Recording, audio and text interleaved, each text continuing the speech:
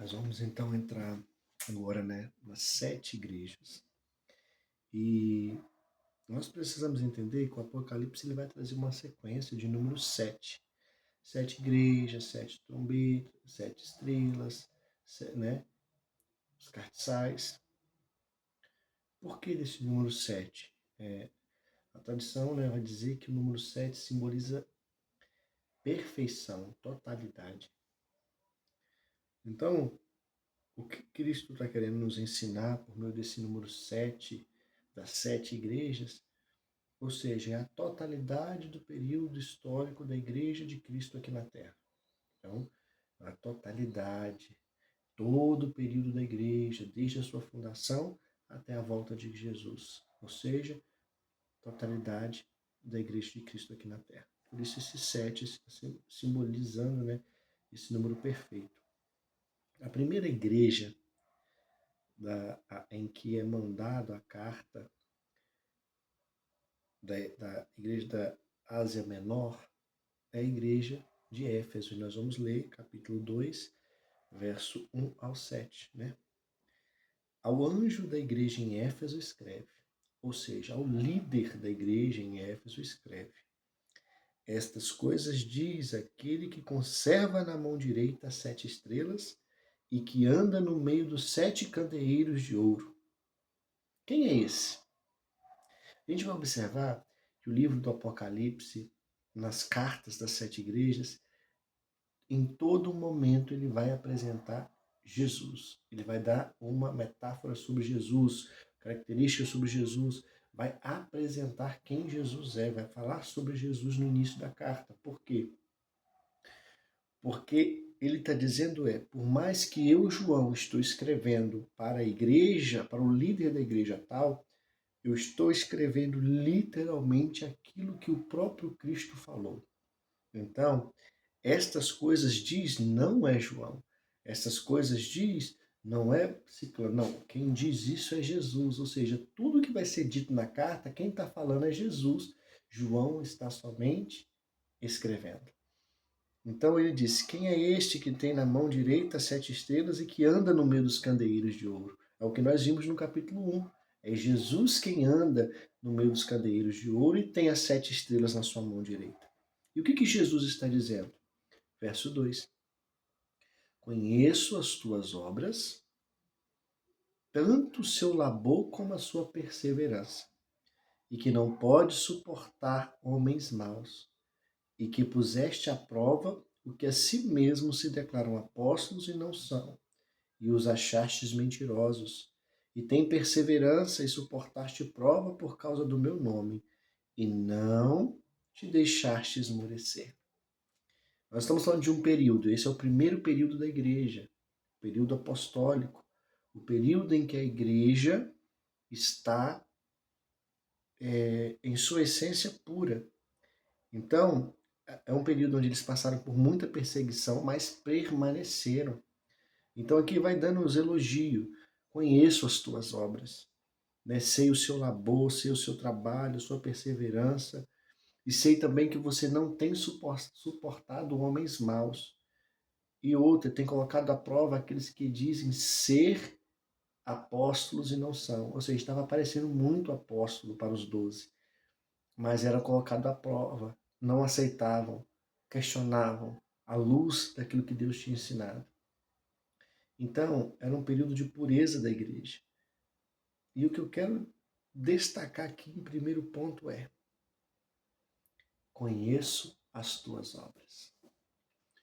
O que o texto está dizendo para nós, e o primeiro ensinamento é que Jesus conhece as nossas obras. E ele vai detalhando tudo. Tudo. Ele vai detalhando tudo aquilo que nós fazemos. O que o Senhor está dizendo para você Ele conhece as suas obras, Ele conhece o seu coração, Ele conhece os seus pensamentos, Ele conhece as suas atitudes, as suas ações, Ele conhece toda a sua vida, Ele te conhece. E aí a pergunta que eu te falo é: as tuas obras têm agradado a Deus ou não? É isso o primeiro ensinamento e esse é o primeiro questionamento que nos faz. Ele conhece você por completo. Eu te pergunto, as tuas obras têm agradado a Deus ou não? Os seus pensamentos têm agradado ao Senhor ou não? Será que você tem perseverado? Será que você também não tem suportado os homens maus? Será que outro, olha o detalhe que ainda o texto traz para a gente, você tem suportado provas por causa do meu nome e não tem deixado esmurecer. Não se esmoreça diante das provas, não se esmoreça diante das tentações, permaneça fiel.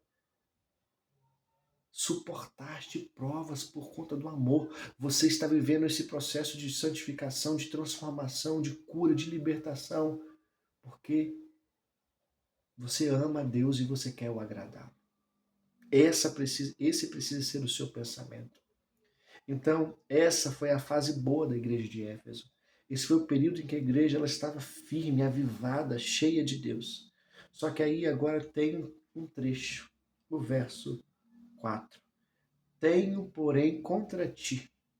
Ou seja, a carta ela apresenta o destino dela, apresenta quem está direcionando, dizendo aquilo que a carta, o conteúdo da carta, vem com um elogio, só que agora aparece uma crítica. Tenho, porém, contra ti, que abandonaste o primeiro amor. No finalzinho do primeiro período da igreja, a igreja, as pessoas começam a se esfriar. Aquilo que no início estava quente, ardendo, queimando dentro do seu coração, agora no finalzinho do primeiro período começa a se esfriar. Perderam o primeiro amor. Sabe o que isso significa e sabe o que o Senhor está falando conosco? Não deixe a chama se apagar. Não perca o primeiro amor. Não perca aquele entusiasmo de amar alguém. Às vezes, talvez hoje, o seu coração está queimando, queimando, e você tem sede e fome do Senhor, e você está vencendo, e você está animado, e você está vivendo o extraordinário de Deus. Mas o que você não pode permitir é que isso se apague, que você perca isso. Ou se você perdeu esse primeiro amor, ele te dá um conselho. E o conselho está no verso 5. Lembra-te, pois, de onde caíste e arrependa-te e volte à prática das primeiras obras. E se não venho a ti e moverei do seu lugar o teu candeeiro, caso não te arrependas. Ele diz, se o fogo tem se apagado, se você sente dentro do seu coração que aquele primeiro amor pela obra, por Deus, por Cristo, não existe aí mais, ele te faz um convite hoje. Lembra-te, pois, de onde você caiu. E ao lembrar aonde foi que você perdeu o primeiro amor, eu não sei, o pecado, a frieza, o momento em que você deixou de orar, de estudar, eu não sei o que possa ter feito, ou o que possa vir talvez fazer você perder o seu primeiro amor, mas o conselho é, lembra-te de onde você caiu, e aí ele dá o conselho, arrependa-te. Ou seja, o que faz o fogo queimar continuamente, o que faz o fogo acender sobre o altar é o arrependimento. Nós precisamos todos os dias nos arrepender de tudo aquilo que tem nos distanciado de Deus. Sabe o que nos faz perder o primeiro amor? São os nossos pecados. E quando nós falamos em pecados, às vezes pensamos em grandes coisas.